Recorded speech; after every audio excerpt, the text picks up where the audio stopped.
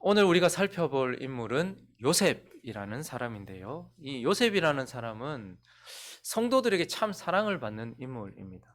그래서 자신의 자녀의 이름을 요셉이라고 이렇게 짓는 분들도 계시고, 특별히 자녀나 자기 주변에 있는 사람들을 위해서 중보기도를 요청할 때에 요셉 같은 사람이 되게 해주십시오, 요셉 같은 복 있는 사람, 형통한 사람 되게 해주십시오 라고 말하는 그런 중보기도 제목의 내용들이 되어지는 성도들에게 참 사랑받는 인물, 그가 바로 요셉입니다.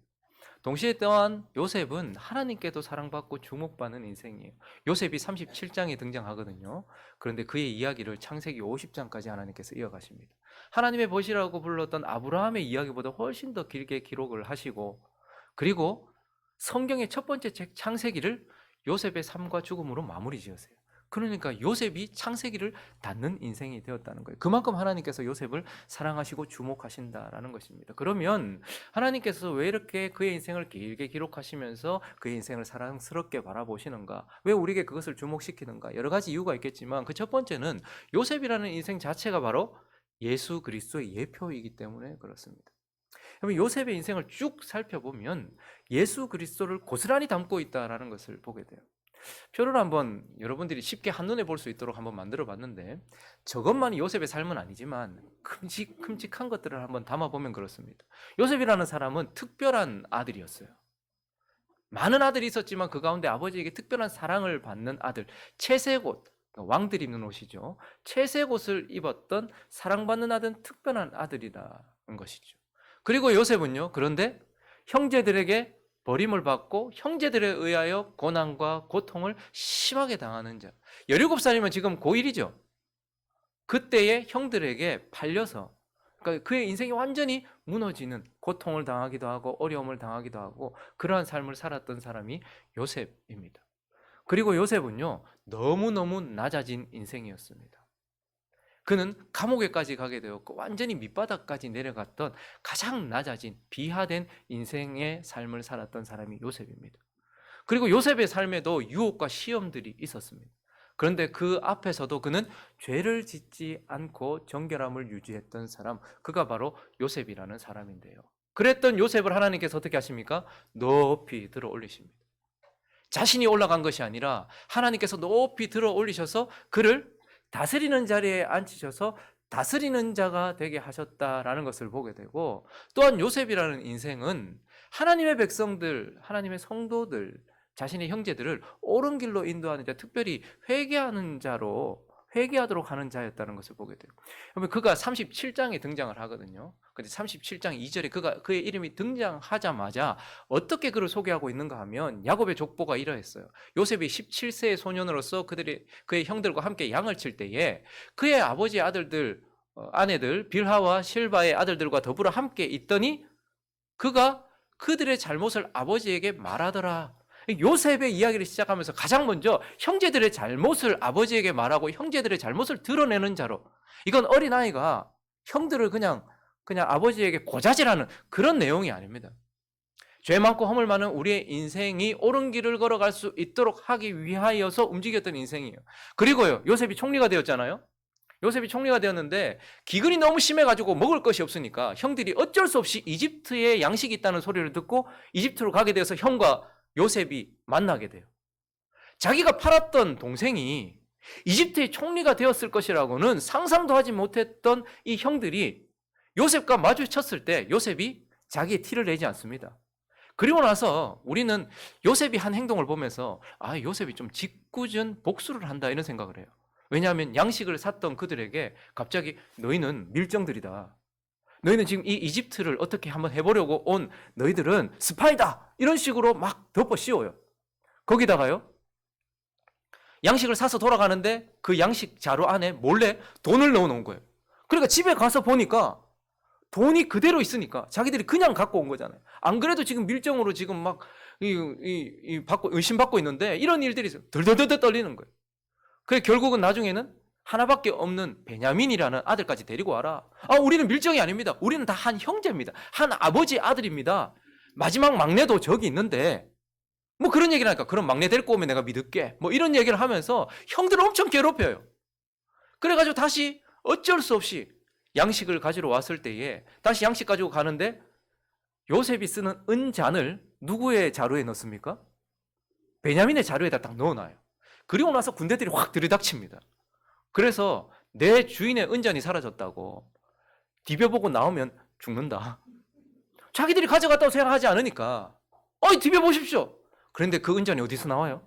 하필 야곱의 생명과 같은 막내 아들 베냐민의. 근데 이 모든 것들 다 누가 한 거예요? 요셉이 그렇게 꾸몄단 말이에요. 이걸 보면서 와, 요셉이 좀 짓궂게 복수한다 이렇게 생각합니다. 그러나 그렇지 않습니다. 이 일을 통하여서 창세기 42장 21절과 22절을 보시면 이 일 때문에 하나님의 백성들, 그의 형제들에게 어떤 일이 일어나는가 읽어주십시오. 시작.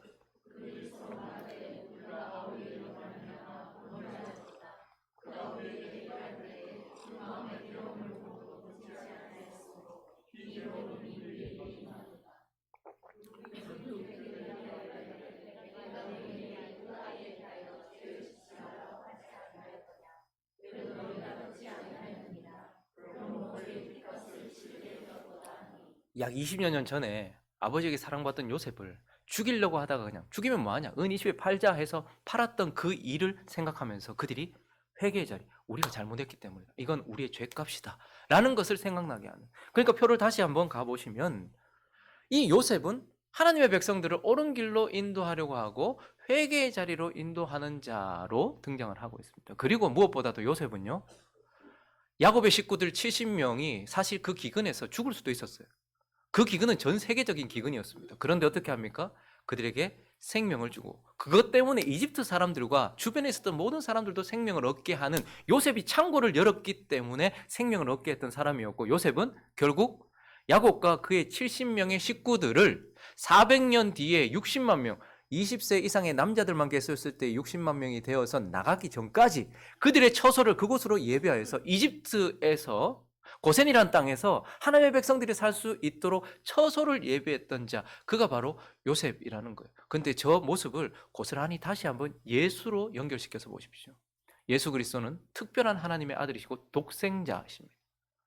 그리고요, 그분은 유대인들, 하나님의 백성들이면서 자신의 형제인 그 유대인들에게 버림을 받고 고난을 당하시고 십자가를 지시고 나중에는 무덤까지 내려가신 낮아지신 분, 그러나 유혹과 시험 앞에서도 죄를 짓지 아니하셔서 하나님이 들어올리셔서 지금 온 천하를 다스리고 계시는 분으로서 우리 모두를 옳은 길로, 의의 길로 인도하시며 우리를 회개의 자리로 인도하셔서 우리에게 생명을 주시고 그할 초소를 예배하시고 이제 다시 오실 예수 그리스도, 그것을 고스란히 보여주는 인생, 이것이 바로 요셉이라는 거예요. 그래서 하나님께서 요셉을 이렇게 사랑하시는 이유는 그가 예수 그리스도의 예표이기 때문에 그렇다는 거예요. 근데 또 하나, 이 요셉의 이야기를 길게 기록하면서 우리에게 그를 주목시키는 이유는 요셉이요, 또한 우리가 그렇게 좋아하는 형통이라는 단어의 개념을 올바르게 우리에게 제공해주는 사람이기도 하기 때문이다라는 것입니다.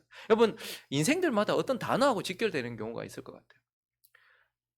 여러분들의 인생은 어떤 단어와, 여러분들의 인생을 보면서 사람들이 어떤 단어를 떠올릴까요? 지금 이제 다른 분들이 이제 저를 보면 공황 뭐 이런 단어하고 연관을 시키겠죠. 좀 괜찮으셨나? 늘 묻는 게 그거예요. 좀 괜찮나? 숨은 잘 쉬나? 뭐. 여러분들의 인생은 어떤 단어와 연결이 되세요? 요셉이라는 인생은 형통이라는 단어와 직결되어 있었습니다. 그래서 창세기 39장을 가보시면요, 2절에 보니까 여호와께서 요셉과 함께 하심으로 그가 어떤 자가 되었다? 형통한 자가 되었다. 3절에도 보니까요, 그의 주인이 여호와께서 그와 함께 하심을 보면 또 여호와께서 그의 범사에 뭐하게 하셨다?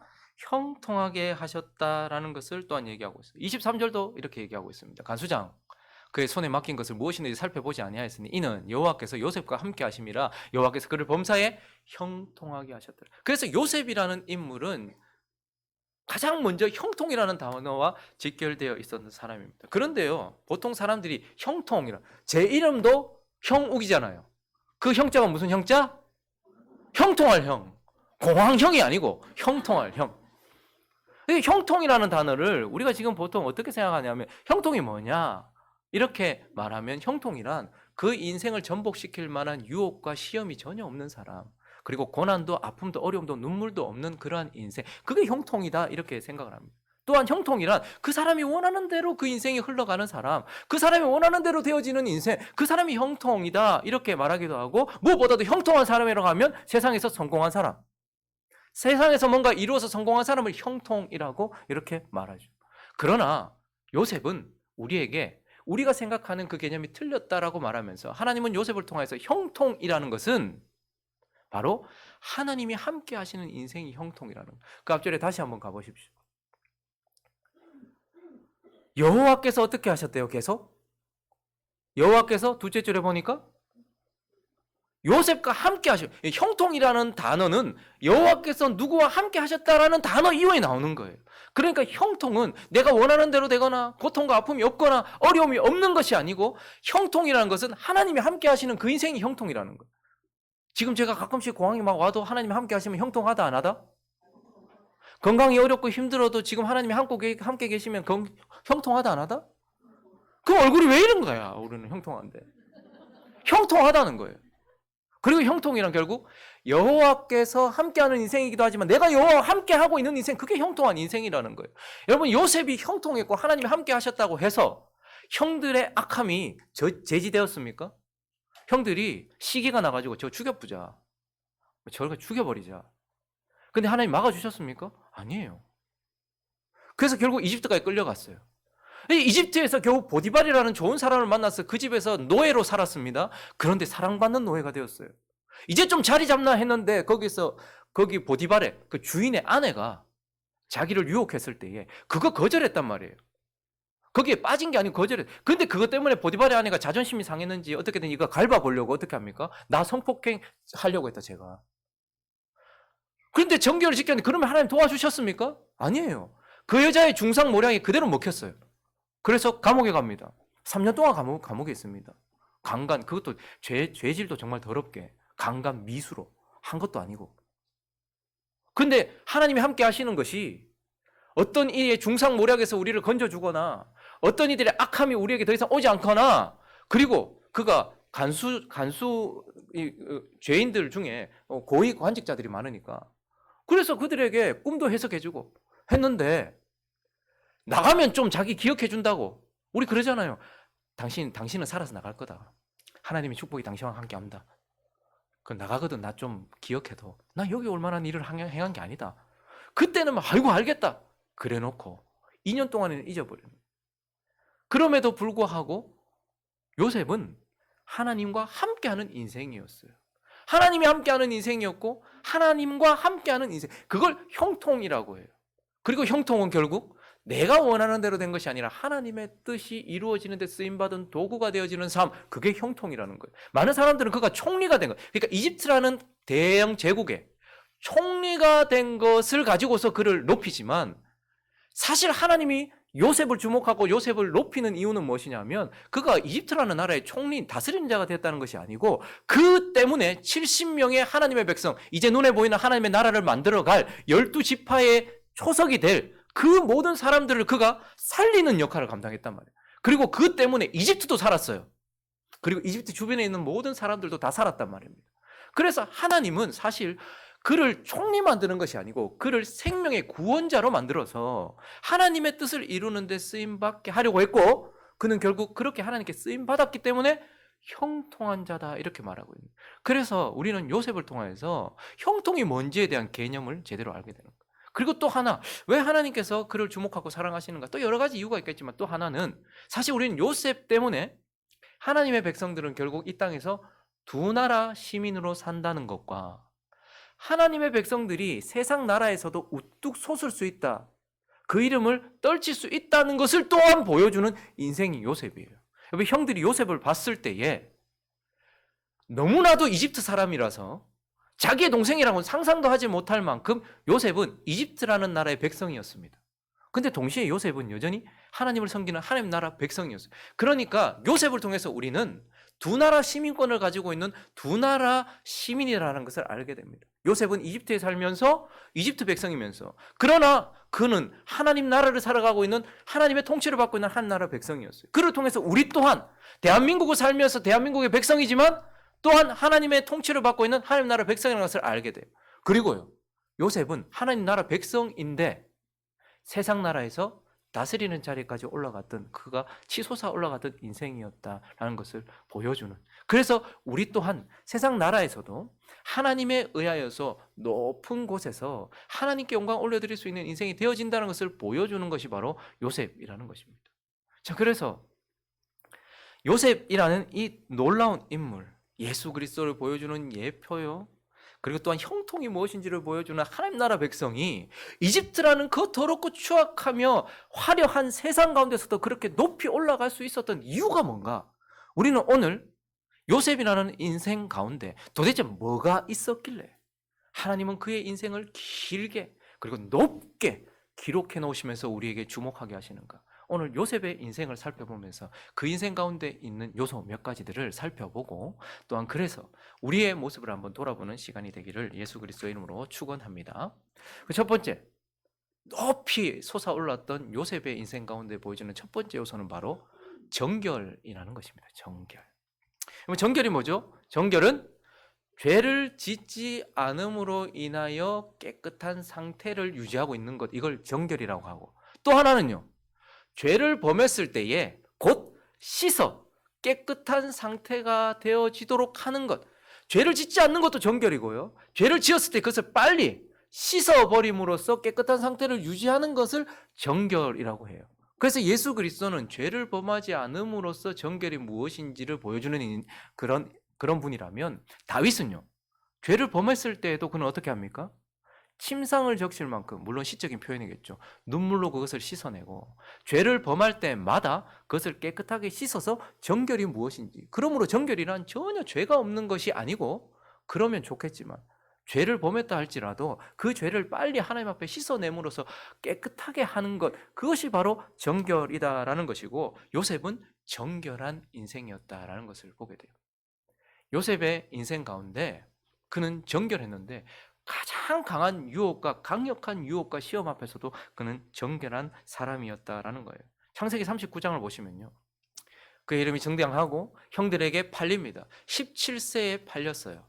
그리고 이집트에서 광야를 지났겠죠. 그리고 이집트에서 종이 되었습니다. 노예가 되었습니다. 그런데 그 집에서 이제 자리를 잡을 때쯤, 읽어주시겠습니까? 시작.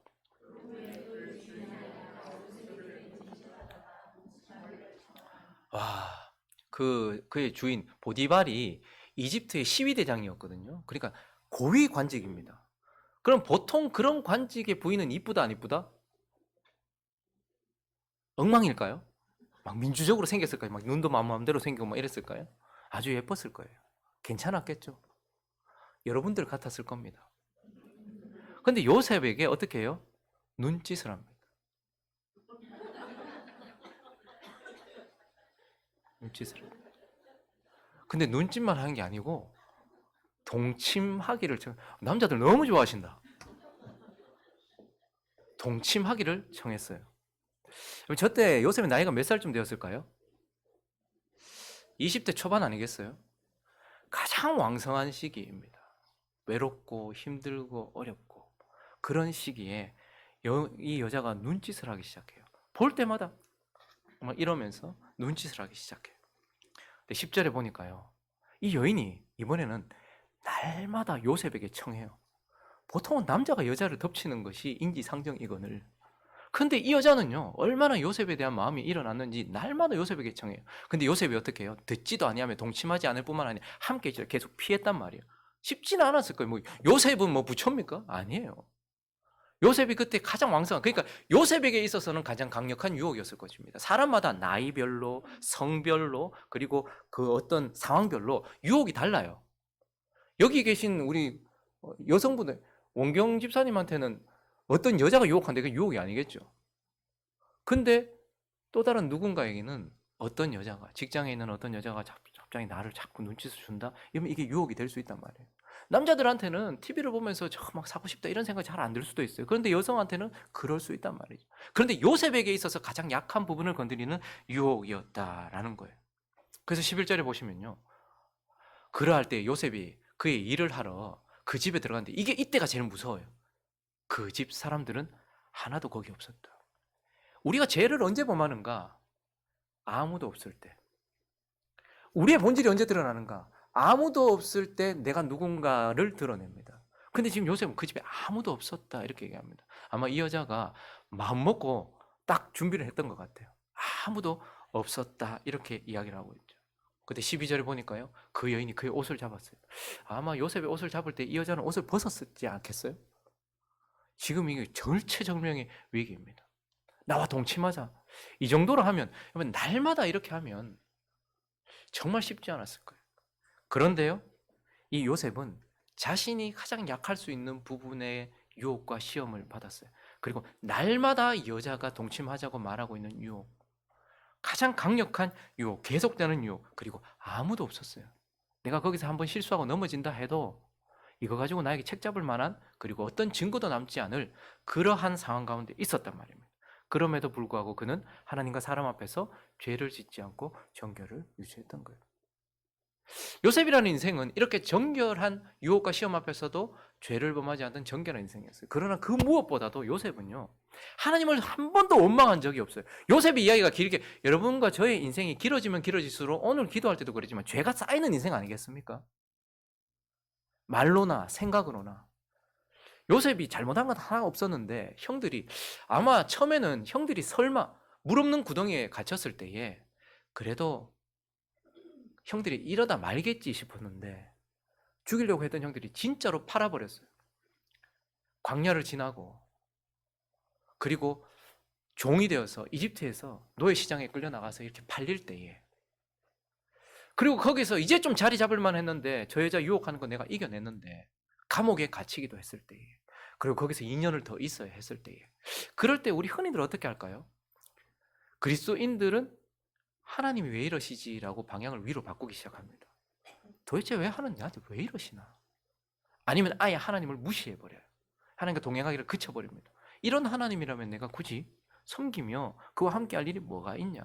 그런데 요셉은요, 그의 이야기가 이렇게 길게 기록되고 있는데 한 번도 하나님을 원망하거나 하나님 앞에서 불평하는 그러한 죄를 범하지 않습니다.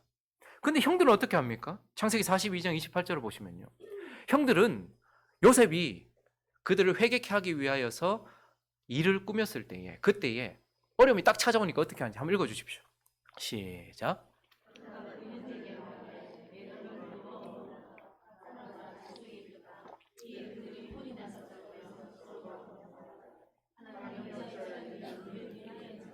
분명히 돈 주고 양식 사왔는데 돈이 그대로 있는 거예요. 야, 이거 이제 큰일 났다, 이제 우리 또 도둑이 되겠다. 근데 이런 일들이 일어나니까 막 혼이 나서 막 서로 떨면서 뭐라고 하는 거 하니까, 20년 전에 동생 팔아먹고 아버지를 그렇게 20년에 속이고 아버지의 대못을 박아놓고 거기서 어떻게 하는 거예요? 하나님이 우리한테 왜 이러시나? 바로 불평과 불만이 일어납니다. 우리가 그렇게 높이는 욥도 그래요. 자기의 생일을 저주하잖아요. 그런데 요셉은요, 자기를 깨끗하게 지킵니다. 하나님 앞에서 죄를 범하거나 하나님께 원망을 하거나 불평하지 않고 정결한 사람이 되어서 그렇게 나아갔다라는 것을 보게 되는 거예요. 그러므로 요셉의 인생이 어떻게 그렇게 높이 솟아오를 수 있었는가? 그의 삶에 정결이라는 요소가 있었기 때문이다라는 거예요. 그리고 또 하나, 그의 삶에 뭐가 있는가? 자세히 들여다보면 바로 용서라는 것이 있습니다. 용서가 뭐죠? 용서. 용서는 나에게 악을 저지른 사람에게 사적 복수하지 않는 것, 내가 갚지 않는 것을 용서라고 합니다. 나에게 악한 행동을 해서 나의 인생을 무너뜨린 사람들, 그렇게 나를 어렵게 만들었던 사람들에게 내가 사적으로 내가 갚지 않는 걸 용서라고 해요. 그러나 여기까지만 하면 용서가 아니고, 그리고 나서 내가 갚지 않고 그걸 어떻게 해요? 하나님께 맡길 때 그걸 용서라고 합니다. 하나님께서 직접 하시도록 맡기든지, 아니면 하나님이 세워놓으신 수단들, 뭐 기관이나 사법 체제들이 있잖아요. 거기에 맡김으로써 하나님께서 그것을 통하여 하시도록 맡기는 것, 그걸 바로 용서라고 하는 것입니다.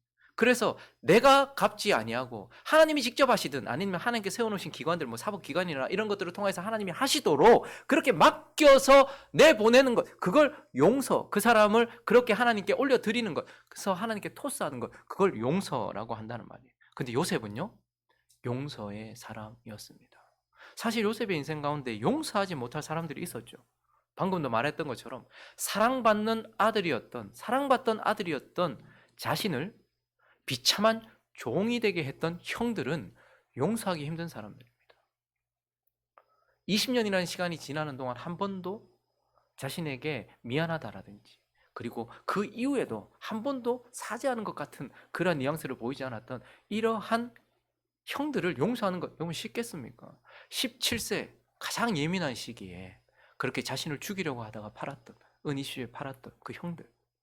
그리고 또 하나는요, 충성스러운 종으로서 사랑받는 종이었던 자신을 비참한 죄인이 되게 만들었던 보디발의 아내 같은 사람들은 사실 용서하기 어렵습니다. 근데 그 더 용서하기 어려운 건 뭐냐면, 내가 힘이 있을 때, 내가 그걸 어떻게 건드릴 수 없을 때가 아니고 내가 힘이 있을 때. 근데요, 요셉은 그들을 용서해서 하나님 손에 맡깁니다. 자신이 최고 권력자였기 때문에 하나님이 직접 하시도록 자신이 움직이지 않고 하나님께 맡겨서 용서하는 인생이 되었다라는 것을 우리는 보게 돼요. 근데 요셉이 어떻게 이렇게 용서할 수 있었을까요? 이 쉽지 않은 일을 어떻게 했었을까요? 먼저는 하나님이 요셉은 하나님이 반드시 보응하실 것이라는 하나님에 대한 신뢰 때문에 용서할 수 있었어요. 하나님이 반드시 갚으실 것이다. 하나님은 사랑의 하나님이기도 하지만 하나님은 반드시 공의의 하나님이기 때문에 하나님은 반드시 그에 상응하는, 형들이든 보디발의 아내든 그에 상응하는, 그들의 죄에 상응하는 벌을 반드시 주실 것이라는 신뢰. 근데 내가 이 생에서 보지 못한다면 하나님이 정하신 그 최후 심판의 날이라도 하나님이 반드시 그를 갚으실 것이라. 내가 내 눈으로 지금 보지 못한다는. 하나님은 보통 이 땅에서 갚으세요. 어떤 사람이 죄를 범한 것을 하나님께서 이 땅을, 시간의 차이는 있겠지만 이 땅에서 분명히 갚으신다면, 그런데 이 땅을 사는 동안도 내가 끝까지 그 사람이 보응받는 것을 보지 못했다면 하나님 반드시 더 많이 쌓아서 어떻게 하는 거예요? 하나님이 정하신 그날에 최후에 반드시 그에게 심판하실 것이라는, 그가 행한 대로 보응하실 것이라는 하나님을 향한 신뢰, 공의의 하나님을 향한 신뢰, 그리고 반드시 심판하실 것이라는, 이 땅에서 내가 못 본다면 내가 내세에서 이 땅이 시작되는 최후, 새로운 삶이 시작되는 그 최후의 심판 날에 반드시 하나님께서 그 사람이 행한 대로 심판하실 것이라는 하나님에 대한 신뢰 때문에 그는 용서할 수 있었습니다. 그리고요, 무엇보다도 요셉은 이 일들 자체가 선은 아니에요. 형들이 요셉을 팔아넘기고 보디발의 아내가 거짓말을 시키고, 그리고 그 감옥에 있는 동안 2명의 그 고위 관직자, 술 맡은 가는 자, 떡 맡은 가는 자가 꿈을 꾸고 나서 이런 꿈을 꿨다. 근데 꿈을 해석해주고 나니까 한 사람은 살고 한 사람은 죽는 꿈이에요. 그래서 하나님께서 그걸 해석해 주셔서 그렇게 했을 때에 살아남았던 술 맡은 가는 장이 나가서 건져 주기로 해놓고 2년이나 그를 잊어버려. 이거 쉬운 일이 아니잖아요. 그 스펙타클한 꿈 해석을 듣고서 나갔는데 2년 잊어버리고. 그런데 그런 상황들, 모든 것들 속에서 그 사람들을 다 용서할 수 있었던 것은 무엇이냐면 하나님께서 이 모든 것들을 다 합력해서 어떻게 하셨다는 거예요. 선을 이뤘다는 것을 그가 알고 있기 때문인 거예요. 내 인생에 일어나는 모든 일이 그 자체로 선은 아닙니다. 그렇지만 하나님이 그것을 사용하셔서 내 인생에 선이 되도록 하셨다라는 거예요. 형들이 팔았기 때문에 그가 이집트에 갔습니다. 보디발의 아내가 거짓말을 시켰기 때문에 감옥에서 그들을 만날 수 있었습니다. 그리고 술 맡은 간원장이 2년이나 그를 잊어버렸기 때문에 그가 만약에 그렇지 않았다면 그냥 감옥에서 나가고 끝이었을 거예요. 근데 2년 뒤에 기근이라는 그 힘든 어려운 가운데서 바로라는 왕이 마음이 낮아진 채로 그 꿈에 대한 해석을 듣고자 하는 마음이 있을 때에 그가 갔기 때문에 그가 총리의 자리까지 갈 수 있었던 것이죠. 우리 인생에 일어나는 일이, 그리고 내게 악을 행하는 사람들의 그 삶 자체가 선은 아닙니다. 그럼에도 불구하고 하나님은 그들은 악한 행동을 해서 그들에게 하나님께서 보응하실 것이 있을 만한 악한 행동이지만, 그러나 하나님은 그 모든 걸 다 사용하셔서 결국은 내게 선을 이루셨고 선을 이루실 것이라는 것을 알았기 때문에 요셉은 용서할 수 있었던 것이죠. 그런데 또 하나 요셉이 용서할 수 있었던 것은 자신도 용서를 받았기 때문입니다. 요셉에게 있어서 요셉은 형들 때문에 종이 되었어요. 그리고요, 보디발의 아내 때문에 죄인이 되었습니다. 근데 가만히 생각해 보십시오. 나는 예수님은 나 때문에 종이 되셨어요. 그리고요, 예수님은 나 때문에 죄인이 되셨습니다. 종의 형체를 가지시고 이 땅에 종이 되어서 이 땅에 오셨어요. 나 때문에. 그리고 나의 죄 때문에 어떻게 해요? 죄인이 되셔서 십자가에서 죽으셨어요. 그러니 나도 누군가에겐 사람이 아니라 할지라도 완전한 사람이신 예수 그리스도에 있어서 그러한 죄인인데, 그리고 용서를 받았는데, 나에게 그러한 나와 같은 행동을 한 사람을 용서할 수밖에 없었던, 나 때문에 죄인이 되시고 나 때문에 노예가 되시고 종이 되셨던 그 예수 그리스도, 그분이 나를 용서하셨기 때문에 그는 용서할 수밖에 없었어요. 그러나 무엇보다도 요셉은 지혜로운 사람이었습니다. 왜 용서했을까요? 용서가 그 무엇보다도 나를 위한 것이기 때문에 그런 거예요. 우리가 용서하지 않으면 어떻게 될까요? 우리가 용서하지 않으면 그 사람을 향한 미움이 내 안에 삽니다. 사랑만 우리 안에 머무는 게 아니에요. 평안만, 감사만, 이런 것들만 우리 안에 머무는 게 아니에요. 우리가 어떤 선택을 하느냐에 따라서 다른 것들이 머무는데, 특별히 우리가 용서하지 않으면 어떻게 될까요? 미움이 우리 안에 머뭅니다. 근데 미움이 우리 안에 살면 문제는 뭐냐면 사랑이신 하나님과의 관계가 깨진단 말입니다. 억울하잖아요. 죄를 범하면 하나님과 우리의 사이가 갈라집니다. 하나님에게 구원을 받고 난 이후에도 우리가 죄를 범하면 지옥 가는 건 아니겠지만 하나님과의 관계가 깨진단 말이에요. 죄를 범하였을 때 하나님과 우리가 멀어진다. 그런데 우리가 용서하지 않을 때 그와 똑같이 하나님 없이 살아가는 거예요. 미움이 우리 안에 사는 것이죠. 그런데 또 용서하지 않으면 어떻게 될까요? 무엇보다도요, 내가 용서하지 않은 그 사람이 내 안에 살아요. 이게 가장 무서운 겁니다. 용서란 하나님이 하실 것에 대하여 하나님께 맡기고 그 사람을 내게서 내보내는 것을 말합니다. 근데 용서하지 않으면요, 그 사람이 내 안에 살아요. 더 무서운 건 뭡니까? 내가 용서하지 않은 사람은 까맣게 잊고 잘 살고 있어요. 편안하게 살아요. 근데 용서하지 못한 사람은요, 암 걸리고 우울증 오고 공황장애 오고 병원 다니고 그 사람이 안 나가니까 거기서 사는 거예요. 사실 하나님께서 우리에게 용서하라고 말하는 이유는 우리 자신을 위한 것이었습니다. 그래서 요셉이라고 용서하기 쉬웠겠습니까? 이가 갈리지 않았겠어요? 근데 요셉이요, 이제 이집트에서 총리가 되고, 그러니까 결혼하잖아요. 그래서 아들을 낳았는데 그의 첫째 아들 이름이 뭔지 아십니까? 므낫세. 둘째 아들 이름은 에프라임. 맞아요. 근데 므낫세라는 이름 뜻이 뭐게요? 잊었다, 이런 뜻입니다. 내가 이거 다 잊었다, 내가 용서했다, 이런 뜻입니다. 얼마나 힘들었겠어요? 얼마나 많은 날 울었겠습니까? 그런데 용서해야지 그 사람이 내게서 떠나는 거죠. 그래서 그 이후에 에브라임은 뭐죠? 창대하게 될 것이다, 뻗어나갈 것이다. 잊어야지 나가는 거예요.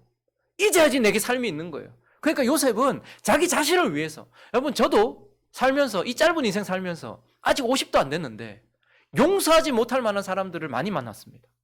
한 번씩 그런 사람들이 지금도 생각이 나면요, 확 자다가도 깨요. 근데 저 어떻게 용서합니까? 라고 말하는 게, 아니 그 사람은 네가 그런지도 모른다. 편안하게 먹고 자고 싸고 잘 사는데 네만 그러고 있다. 그 사람이 네 속에 살고 있다. 억울하더라고요. 그렇구나. 내가 내 눈으로 저 사람에게 보응하는 것을 보지 못한다 할지라도 분명히 하나님 갚으실 것이고, 그러니 나는 내보내야 돼, 그 사람을. 그래서 요셉은 그렇게 용서를 했던 것이고, 요셉의 삶에 용서라는 요소가 있었기 때문에 요셉은 잊었기 때문에, 므낫세가 있었기 때문에 에브라임과 함께 앞으로 나아갔던 것이죠. 우리도 그렇다라는 것을 보면서 요셉의 삶에 뭐가 있었나? 이것이 있었다, 용서가 있었다라는 것을 보게 되는 것입니다. 마지막으로 한 가지를 더 살펴보면요, 요셉의 삶에 또 뭐가 있었길래 그가 저렇게 솟아올랐는가? 그 마지막 세 번째는 연단이라는 거예요. 연단. 그럼 연단이라는 것은 무엇입니까? 연단이란 내게 주어진 모든 시간, 내게 주어진 모든 곳, 모든 장소에서 성실한 거예요. 신실한 거예요. 그래서 하나님이 원하시는 모습으로 다듬어진 것, 그걸 연단이라고 하는 것입니다. 요셉은 연단받은 사람이었습니다. 많은 사람들이 요셉이 총리의 자리에 앉아 있는 것에만 주목을 하는데요, 그것은 거저된 것이 아니었단 말입니다. 요셉이 이집트라는 강력한 나라의 총리가 되고 앉아서 다스릴 수 있었던 것, 그리고요, 그가 거기서 다스리는 동안 모든 나라가, 그 주변에 있는 모든 것들이 다 기근에 의해서 파괴될 만한 그런 큰 일이 있었을 때에도 그 기근의 문제를 지혜롭게 해결하고 모든 사람에게 생명을 줄 수 있었던 것, 그리고요, 다른 이의 인생을 해석해 줄 수 있었던 것, 그리고 자신의 인생까지도 해석을 하잖아요. 내가 이렇게 된 것은 재수가 없거나 형들이 너무 악하거나 보디발의 아내 그 중상모략 때문이라가 아니라 이 모든 것 뒤에서 역사하신 하나님이 계셨다라는 것을 자신의 인생도 해석할 수 있었던 것. 그리고 여러분, 해석이 되어도 가끔씩 받아들여지지 못할 때가 있습니다. 하나님이 왜 그렇게 내 인생에 그렇게 하셨는지를 알아도 그게 받아들여지지 않을 수가 있어요. 그래도 그렇지, 이런 생각이 들 수가 있어요. 그러나 창세기 45장 5절을 다시 한번 읽어볼까요? 시작.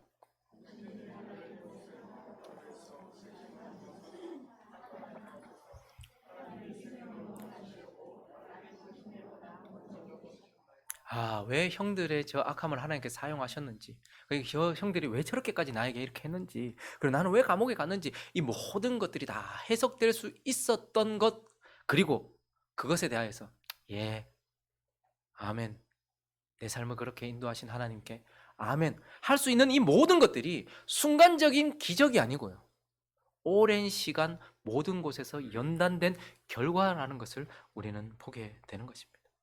하나님은 요셉을 17세부터, 물론 그 전에도 있었겠지만 눈에 띄게 말입니다, 17살 때부터 그가 총리가 되는 30세까지 그를 연단하셨어요. 그 시간 동안 연단하셨어요. 그리고요, 무리 없는 웅덩이에 형들이 그를 가둬놨다가 팔려가서 그는 이집트까지 광야를 걸어가야 했습니다. 하나님께서 그를 광야에 두셨어요. 그리고요, 보디발의 집에 종으로 두셨어요. 그리고요, 이집트의 시위대장 보디발의 집에 있는 그 감옥에 3년이나 갇혀 있었어요. 이 모든 장소에서 하나님 어떻게 하셨다고요? 그를 다듬으셨다라는 거예요. 그를 연단하셨다라는 것입니다. 그래서 그 시간과 그 공간은요, 하나님이 요셉을 총리의 자리로 데려가기 위한 지름길이었습니다. 어떻게 하면 총리 될까요, 이집트에서?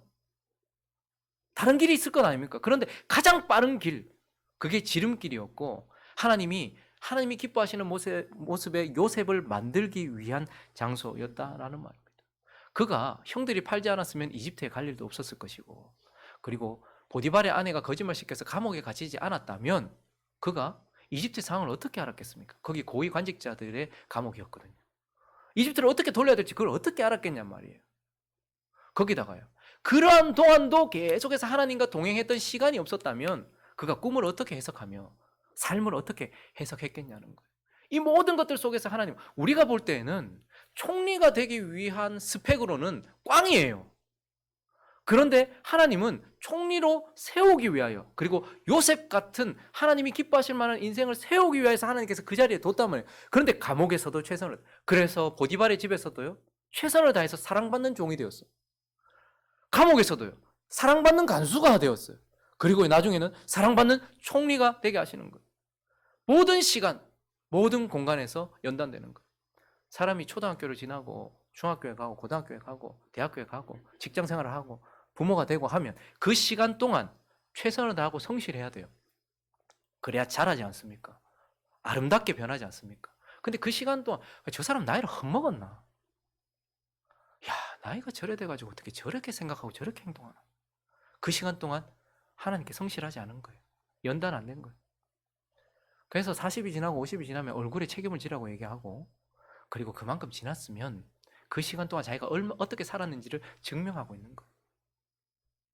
그리고요, 내가 여기 있으면 열심을 다하고 최선을 다하고, 목회자들도 그래요. 나는 청년부를 하고 싶은데 주일학교를 맡겼네, 유년부를 맡겼네, 대충 시간만 때우고 하는 거예요. 부교육자로 있을 때 거기에서 최선을 다하지 않고 대충 하면서 담임이 되려고 하고, 저기 가면 최선을 다한 거죠. 근데 그렇게 하지 않으면, 하나님께 주신 장소에서 하나님 주신 시간만큼 최선을 다하지 않으면 어떻게 그 자리가 주어지겠냐는 거예요. 다윗도 마찬가지 아닙니까? 사람들은 다윗이 골리앗의 목에 친 장면에만 주목을 해요. 그리고 그가 왕이 된 것에만 주목을 합니다. 어떻게 다윗이 골리앗의 목을 쳤어요? 하나님이 함께 하셨겠죠. 사무엘상 17장으로 가볼까요? 37절 읽어주십시오. 시작.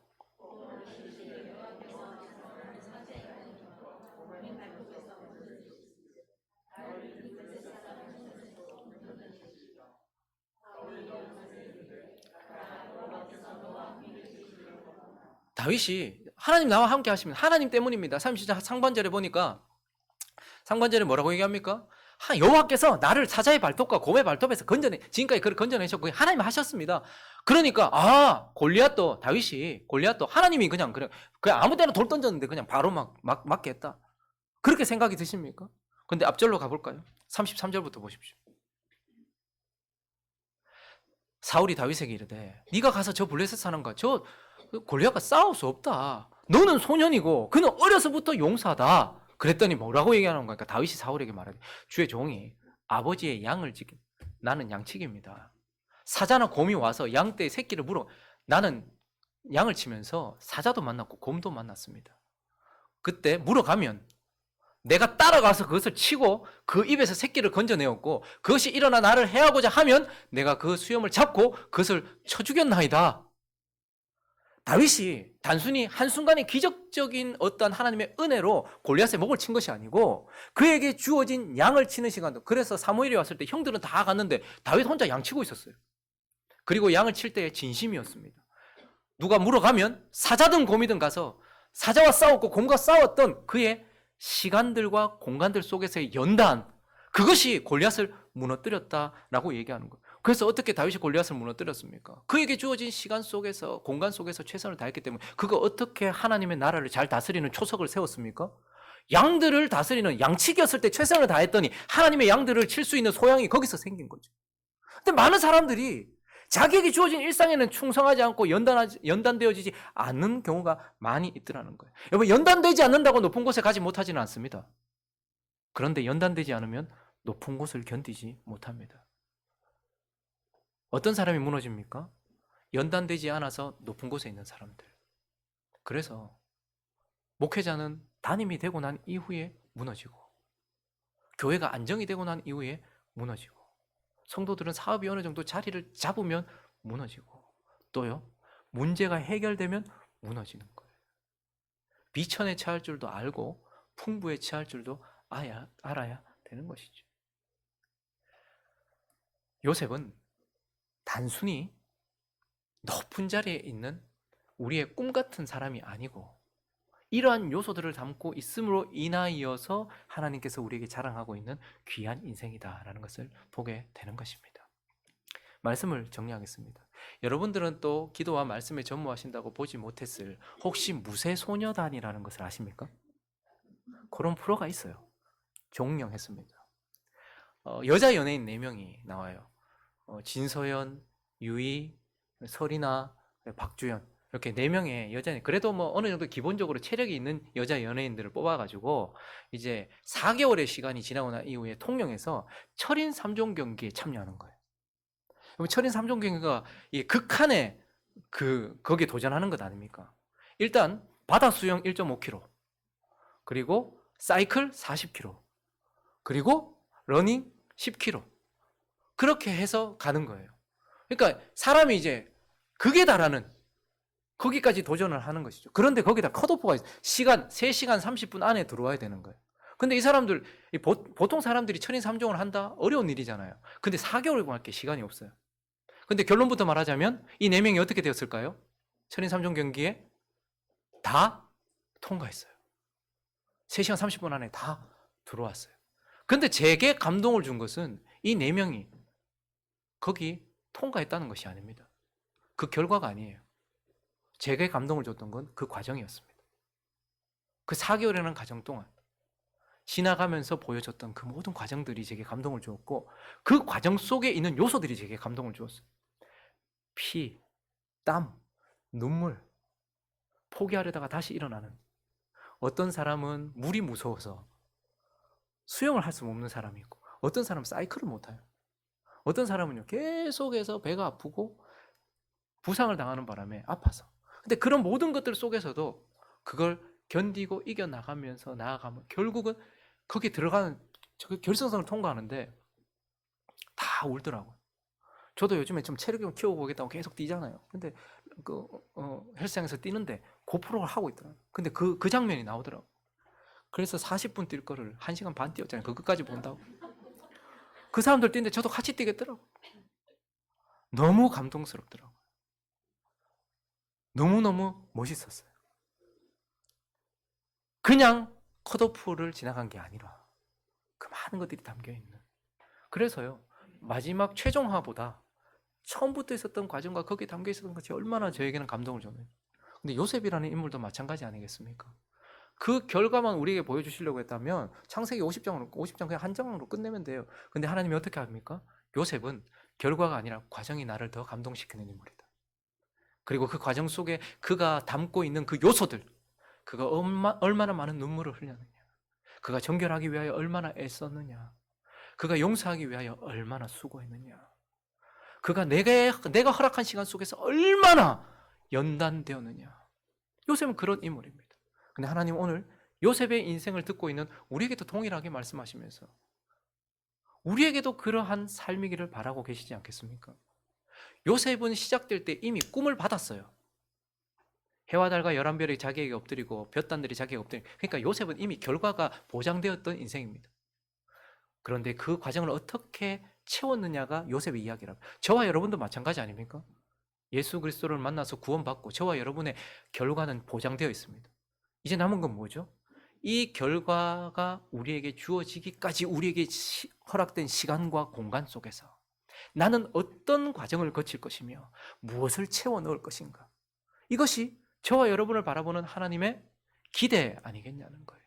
그러므로 고단한 인생길 걸어가는 저와 여러분이 요셉같이 단순히 치솟아 올라가는 인생이길 바라는 것이 아니라 하나님이 창세기를 마무리하는 인생으로 자랑하는 인생처럼 그렇게 되어지도록 우리의 인생 가운데 뭘 집어넣고 뭘 채울 것인지를 오늘 다시 한번 돌아보면서 아름다운 인생 되기로 다짐하는 저와 여러분 되시기를 예수 그리스도의 이름으로 축원합니다.